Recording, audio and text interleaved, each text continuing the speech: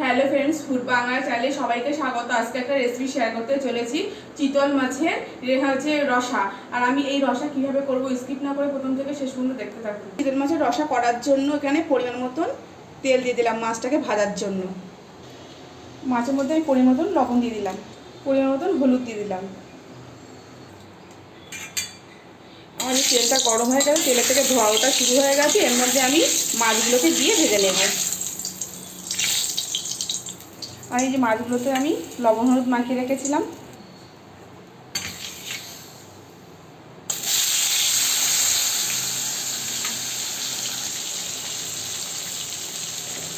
আমি প্রথমবারে 3টে মাছ দিয়েছি, আর বাকিগুলো পরে ভাজবো।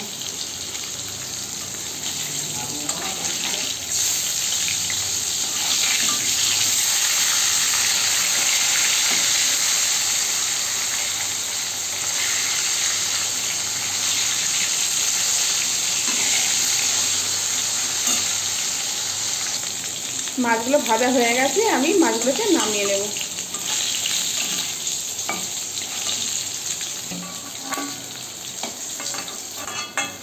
মাছ ভাজা হয়ে গেছে। মাছ ভাজা একই তেলের মধ্যে আমি গোটা জিরে আর গোটা লঙ্কা দিয়ে দেব। এর মধ্যে আমি আদা রসুন আর পেঁয়াজ পেস্ট করে রেখেছিলাম, সেটাকে আমি তেলের মধ্যে দিয়ে দেব। 1 চামচ আমি লাল লঙ্কার গুঁড়ো দিয়ে দিলাম। 1 চামচ আমি জিরের গুঁড়ো দিয়ে দিলাম। দিয়ে সব কিছু উপকরণ একসঙ্গে আমি মশলাটাকে সুন্দর করে কষিয়ে নেব। পরিমাণ মতন আমি হলুদ দিয়ে দিলাম, পরিমাণে আমি লবণ দিয়ে দিলাম।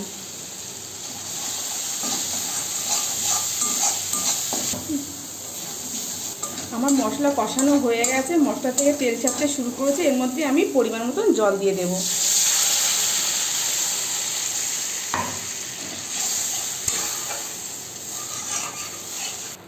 আমার গ্রেভিটা ফুটে উঠেছে, এর মধ্যে আমি ভেজে রাখা মাছগুলোকে দিয়ে দেব।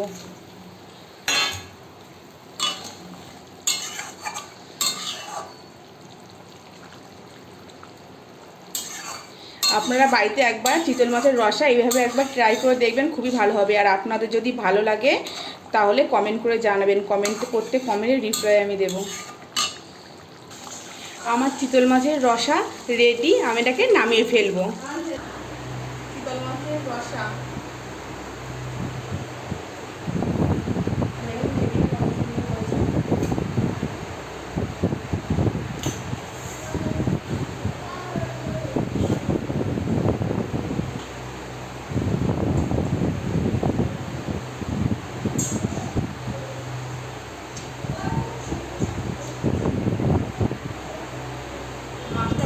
দেখুন কত সুন্দর,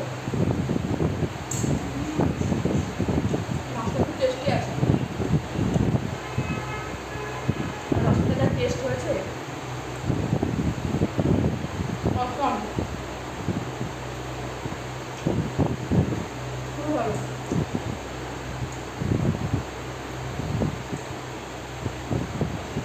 আপনাদের যদি এই রেসিপিটা ভালো লেগে থাকে, লাইক কমেন্ট শেয়ার এবং সাবস্ক্রাইব করবেন।